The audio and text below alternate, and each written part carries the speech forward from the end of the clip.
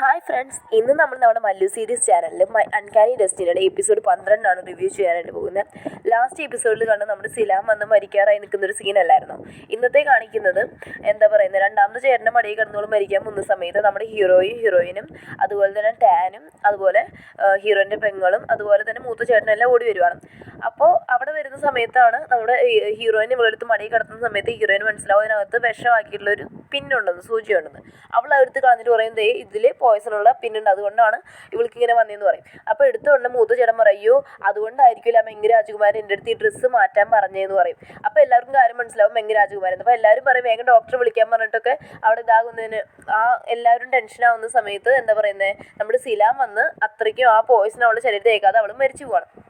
അപ്പോൾ എല്ലാവർക്കും സങ്കടമാവും. രണ്ടാമത്തെ ചേട്ടന് ദേഷ്യം വരും. അതുപോലെ തന്നെ നമ്മുടെ ഹീറോയിൻ്റെ പെങ്ങൾ വന്ന് ദേഷ്യം വന്നിട്ട് ഹീറോയിൻ്റെ പെങ്ങൾ ചെന്ന് കൊല്ലാൻ നിൽക്കുന്ന സമയത്ത് ഹീറോയിൻ പറയും, നിങ്ങൾ ആരും തന്നെ ഒന്നും ചെയ്യാൻ നിൽക്കണ്ട. ഹീറോ പറയും, നമുക്ക് വേണമെങ്കിൽ കല്യാണം നിർത്തി വെക്കാമെന്ന് പറയും ഹീറോ പറയും. പക്ഷേ എങ്കിലും നമ്മുടെ ഹീറോയിൻ പറയും, കല്യാണം എന്താണ് നിശ്ചയിച്ചാൽ അതുപോലെ തന്നെ നടക്കണം, അതിലൊന്നും ഒരു മാറ്റം വരും, നമുക്ക് അവരുടെ പ്ലാൻ പൊളിക്കണം. മാത്രമല്ല ഇത്രയും ചെയ്തില്ലേ മെങ്ങ് രാജകുമാരി, അവൾക്കുള്ളത് അവളുടെ മേലെ ഒരാളുടെ വിരൽ പോലും തൊടാൻ പാടില്ല, ഞാൻ അവൾക്കുള്ള പക ഞാൻ തീർത്തു കൊടുക്കാമെന്ന് പറയും. ഇതേ സമയം നമ്മുടെ യാങ് ഇതെല്ലാം അറിഞ്ഞിട്ട് വരുവാണ്. ഈ കാര്യമൊക്കെ യാങ് അറിഞ്ഞ് വരുന്ന സമയത്ത് നമ്മുടെ ഈ മെങ്ങ് രാജകുമാരി വന്നിട്ട് മെയിൻ്റെ അടുത്ത് പറയും, നമ്മുടെ ഈ പ്ലാൻ ചീറ്റിപ്പോയി, പക്ഷേ എന്തായാലും അവളെ ഞാൻ കൊല്ലാതെ വിടത്തില്ല. അപ്പോഴാണ് ഈ യാങ് വരുന്നത്. യാങ് കയറി വരുന്ന സമയത്ത് യാങ് ഇവളുടെ അടുത്ത് ചൂടാകും. കാരണം നമ്മുടെ ഹീറോയിന് വേണ്ടിയാണല്ലോ അവൾ ഇങ്ങനെ ചെയ്ത് വെച്ചേക്കുന്നത്. അപ്പോൾ കയറി ചൂടാകുമ്പോൾ അവൾ പറയും, നീ അങ്ങ് അടങ്ങ് കുറേയൊക്കെ, ഞാനാണ് ഇവിടുത്തെ രാജകുമാരി, ഞാൻ തീരുമാനിക്കും എന്തോ വേണമെന്ന് പറയും. അപ്പോൾ യാങ് പറയും, അങ്ങനെയാണെങ്കിൽ നീ ഇങ്ങനത്തെ മനസ്സോട് കൂടിയാണ് കാര്യങ്ങൾ ചെയ്തതെങ്കിൽ എല്ലാ പ്ലാനും ഞാൻ നിർത്താൻ പറഞ്ഞിട്ട് അവരുടെ അടുത്ത് ചെന്ന് പറയുന്ന സമയത്ത് മെങ്ങ് രാജകുമാരി നമ്മുടെ യാങ്ങിനെ കഴുത്തിലടിച്ച് അവനെ ബോധം കെടുത്തുവാണ്. അത് കഴിഞ്ഞ് കാണിക്കുവാണ് നമ്മുടെ കല്യാണ ദിവസം എത്തി. കല്യാണ ദിവസം നമ്മുടെ ഹീറോ വന്ന് ഒരുങ്ങി നിൽക്കുന്നുണ്ട്. നമ്മുടെ ഹീറോയിനും അതുപോലെ തന്നെ മെങ്ങ് രാജകുമാരി ഒരുങ്ങി വരുവാണ്. അപ്പോൾ നമ്മുടെ ഹീറോയിൻ ആണെങ്കിൽ ആ ഡ്രസ്സൊന്നും ആ ബ്ലഡിൻ്റെ കറ പോലും, നമ്മുടെ സിലാൻ്റെ ബ്ലഡിൻ്റെ കറ പോലും അവൾ കഴുകി കളഞ്ഞില്ല. അത്രയും പ്രതികാരത്തോടു കൂടിയാണ് നമ്മുടെ ഹീറോയിൻ കയറി വന്നിട്ട് ഇവർ രണ്ടുപേരും കല്യാണം കഴിക്കാൻ വേണ്ടി അവിടെ ചെന്ന് നിൽക്കുന്ന സമയത്ത് അവിടെയുള്ളവർ പറയും, ശരി നിങ്ങളും തല വണങ്ങും, നമുക്ക് കല്യാണത്തിൻ്റെ ചടങ്ങ് സ്റ്റാർട്ട് ചെയ്യാമെന്ന് പറയുന്ന സമയത്ത് മെങ്ങ് രാജകുമാരി പറയും, നമ്മുടെ ഹീറോയിന് എന്ത് യോഗ്യത ഉണ്ടായിട്ടാണ് അവൾ എൻ്റെ കൂടെ കല്യാണം കഴിക്കുന്നതെന്ന്.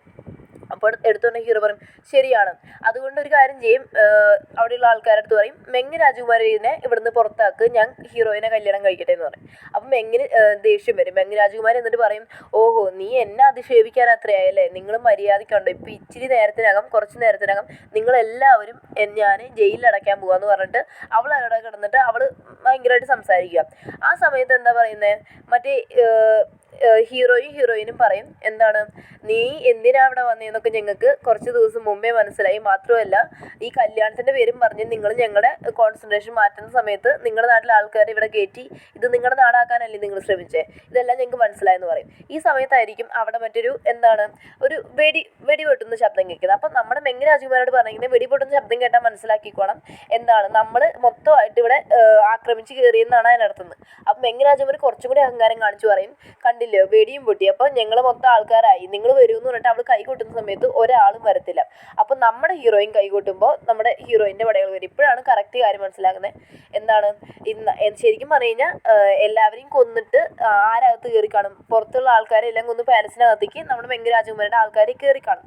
പക്ഷേ എങ്കിൽ നമ്മുടെ ഇത് നേരത്തെ കൂട്ടി ഹീറോയ്ക്കും ഹീറോയിനും കാര്യം മനസ്സിലായതുകൊണ്ട് അവർ എന്ത് ചെയ്തായിരുന്നു, നമ്മുടെ യാങ്ങും അതുപോലെ തന്നെ ടാനും അതുപോലെ തന്നെ അസിസ്റ്റൻറ്റും കൂടി കയറി വന്ന എല്ലാവരും പാലസിനകത്ത് വെച്ച് തന്നെ കൊന്നൊടുക്കി. അതുകൊണ്ട് തന്നെ ഇവർക്ക് പാലസിനകത്ത് വന്നിട്ട് ഇവരെ കീഴ്പ്പെടുത്താനായിട്ട് സാധിച്ചില്ല.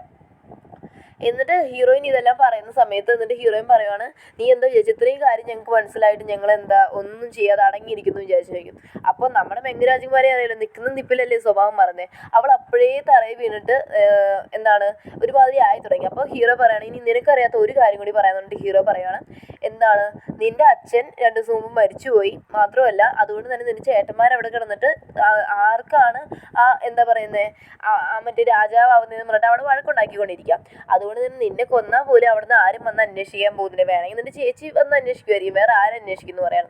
അപ്പോൾ ഇതും കൂടിയൊക്കെ ആയപ്പോൾ നമ്മുടെ മെങ്ങ് രാജകുമാരി ആകെ തകർന്ന് പോയി മുട്ടു തിന്നിട്ട് പറയുവാണ്, അവൾ ഇനിയിപ്പോൾ ഇവരുടെ അടുത്ത് കൈയും കാലം പിടിച്ചാലേ പറ്റത്തുള്ളൂ.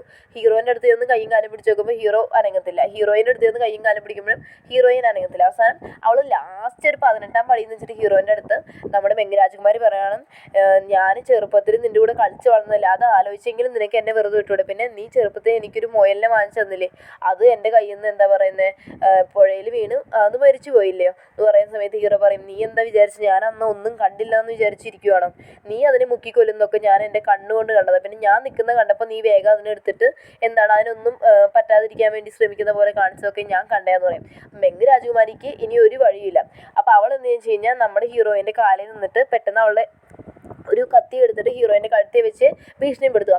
അപ്പോൾ എന്താണ് ഹീറോയും കൈ കൊണ്ട് കാണിക്കുകയാണ്, ഒന്നും ചെയ്യേണ്ടെന്ന് എല്ലാവരുടെ അടുത്തും കാണിക്കുക. എന്നിട്ട് പോകുന്ന സ്ഥലത്ത് നമ്മുടെ മറ്റേ ഹീറോയിൻ്റെ പെങ്ങൾക്ക് ടെൻഷനാവും കേട്ടോ. അപ്പോൾ ഹീറോ അവളുടെ അടുത്ത് പറയും, എന്താണ് നമ്മുടെ ഹീറോയിൻ ഒന്നും കാണാതെ അവൾ ഒറ്റയ്ക്ക് പോകുന്ന എനിക്ക് തോന്നുന്നുണ്ട്, അവൾക്ക് അവളുടേതായ പ്ലാൻ ഉണ്ട്, അത് അവൾ നടത്തിയിട്ട് വന്നോളൂ എന്ന് പറയണം. എന്നിട്ട് ഇവള് എന്താ പറയുന്നത് ഒരു കുതിരയൊക്കെ സെറ്റാക്കാൻ പറയും. ഈ മെങ് രാജകുമാരി പറയും, ഭീഷണിപ്പെടുത്തും, ഞാൻ ഇവളെ ഒന്നും ചെയ്യണമെങ്കിൽ വേഗം എനിക്ക് പോകാനുള്ള കുതിര റെഡിയാക്കാൻ പറയുമ്പോൾ അവൾ പോകുമ്പോൾ തന്നെ ഒരു കുതിര അവിടെ റെഡിയായി നിൽപ്പുണ്ട്. എന്നിട്ട് അവൾ അതേ കയറിയിട്ട് നമ്മുടെ ഹീറോയിനെ കളഞ്ഞിട്ട് അവൾ പോവാണ്. പോകുന്ന സമയത്ത് എന്താണ് അവിടെ കുറേ പേരെ ഹീറോ ഓൾറെഡി നിർത്തി വെച്ചിട്ടുണ്ട് ഇവൾ ഇവിടെ നിന്ന് മുങ്ങാതിരിക്കാൻ വേണ്ടി. അവർ നിർത്തുന്ന സമയത്ത് തിരിച്ചു വരുമ്പോൾ നമ്മുടെ ഹീറോയിൻ വന്ന് എന്താണ് വില്ലും അമ്പും കൂടി നിൽക്കുക, എന്തിനാ അവളെ കൊല്ലാൻ വേണ്ടിയിട്ട്. അപ്പോൾ ഹീറോയിനെ കണ്ട ഉടനെ ഇവൾ തറയിൽ വീഴുക. തറയിൽ വീണ് കിടക്കുന്ന അവളുടെ മേലേക്ക് അമ്പ് വിട്ടിട്ട് ഹീറോയിൻ പറയുകയാണ്, ഇത് നീ എൻ്റെ ചെറുക്കൻ, അങ്ങനെ പറയുന്നത്, എൻ്റെ ആളെ നീ എന്താ ദ്രോഹിക്കാൻ നോക്കി, എൻ്റെ ആളെ രാജ്യത്ത് നീ ദ്രോഹിക്കാൻ നോക്കി, അതിനായിട്ട് വില്ല്. പിന്നെ വെച്ചാൽ സിലാനെ ഉപദ്രവിച്ചില്ലേ അതിന്.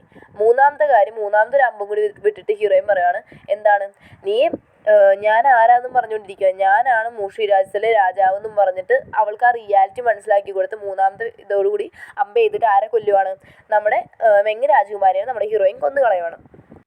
അത് കഴിഞ്ഞ് കാണിക്കുവാണ് മൂഷി രാജ്യത്തിലെ ജനറലിനെ കാണിക്കുവാണ്. അവൻ അവിടെ ഭയങ്കര കാര്യമായിട്ട് വർക്കൗട്ടൊക്കെ ചെയ്തുകൊണ്ടിരിക്കുന്ന സമയത്ത് എന്താണ് നമ്മുടെ അവിടുത്തെ അവൻ്റെ അസിസ്റ്റൻറ്റ് കൊണ്ടുവന്നിട്ട് നമ്മുടെ ഹീറോയിൻ ഓൾറെഡി ലെറ്റർ പോസ്റ്റ് ചെയ്യാൻ പറഞ്ഞ് കൊടുത്ത് കാണില്ല, അത് കൊണ്ടുവന്ന് കൊടുക്കാം. അപ്പോൾ അതിലൊക്കെ എഴുതിയേക്കാണ്, ഞാനാണ് മൂഷി രാജ്യത്തിലെ രാജാവ് യേസുവാൻ, അങ്ങനെ ഒരു പേരാണ്. അപ്പോൾ എന്താണ് ആരെ വിട്ടയക്കണം, നമ്മുടെ അവരുടെ വീട്ടുകാരെ, ഈ ഡ്യൂപ്ലിക്കേറ്റ് അച്ഛനെയും 2 ചേട്ടന്മാരെയും വീട്ടുകാരെ വിട്ടയക്കണം എന്നുള്ളത് എൻ്റെ ഉത്തരവാണ്, ഞാൻ അവരുടെ കൂടെ തന്നെയുണ്ടെന്ന് പറയണം. അപ്പോൾ ജനറൽ പറയുകയാണ്, നീ എന്ത് ചെയ്യാം അവർക്ക് തിരിച്ച് ലെറ്റർ അയക്കുകയും. അപ്പോൾ ജനറലിന് ദേഷ്യം വന്നിട്ട് ജനറൽ പറയുകയാണ്, നീ തിരിച്ച് അവർക്ക് ലെറ്റർ അയക്കുകയും എന്തുവാണ് അവരുടെ കൂടെ ഇപ്പോൾ ആരാണുള്ളത് അവരെ കൊന്നു കളഞ്ഞില്ലെങ്കിൽ നിങ്ങളുടെ വീട്ടുകാരെല്ലാം ഞാൻ കത്തിച്ച് കളയും എന്നുള്ള കാര്യം ലെറ്റർ അയക്കാൻ പറയാണ്. അത് കഴിഞ്ഞ് കാണിക്കുക നമ്മുടെ ഹീറോയിൻ്റെ പാരൻസിൽ ഇപ്പോൾ ഒരുവിധം പ്രശ്നങ്ങളെല്ലാം തീർന്നല്ലോ. അപ്പോൾ ഹീറോയിൻ്റെ അടുത്ത് ഓൾറെഡി പറഞ്ഞു കാണും, എന്താണ് നമ്മൾ എന്തിനാണ് മൂഷി രാജ്യത്തിനെ നശിപ്പിക്കേണ്ട ഒരു കാര്യമില്ല, ഈ ഒരു സമയത്ത് ടിയാൻബു രാജ്യക്കാർ ചിലപ്പോൾ നമുക്ക് യുദ്ധം എടുത്ത് വരാൻ ചാൻസ് ഉണ്ട്, നമ്മൾ അവരെ നശിപ്പിക്കുന്നതിനേക്കാളും ഭേദമല്ലേ 2 നാടുകളും നമ്മൾ നല്ല ഐക്യത്തിൽ പോവുകയാണെങ്കിൽ അവരുടെ നാട്ടുകാർക്ക് സമാധാനം കാണും, അവരുടെ ലൈഫൊക്കെ സൂപ്പറായിരിക്കും, 2 രാജ്യവും 2 രാജാക്കന്മാരും തമ്മിൽ നല്ല സൗഹൃദമാണെങ്കിൽ നല്ലതല്ലേ എന്ന് പറയുന്നത്, നമുക്ക് അവരുമായിട്ട് എന്താ ചെന്നിട്ട് നല്ലൊരു സൗഹൃദപരമായിട്ടുള്ളൊരു ഉടമ്പടിയിൽ ഏർപ്പെടാമെന്ന് പറയണം. അപ്പോൾ ഹീറോയിൻ ഇത്രയൊക്കെ പറഞ്ഞപ്പോൾ നമ്മുടെ ഹീറോ പിന്നെ വേണമെന്ന് പറയത്തില്ല.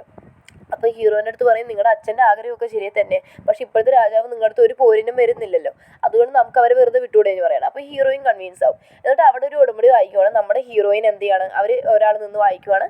നമ്മുടെ ഹീറോയിൻ അവിടെ ചെന്നിട്ട് നമ്മൾക്ക് സൗഹൃദപരമായിട്ടുള്ള ഉടമ്പടിക്ക് വേണ്ടി നമ്മുടെ ഹീറോയിൻ സംസാരിക്കാൻ പോവാണ്.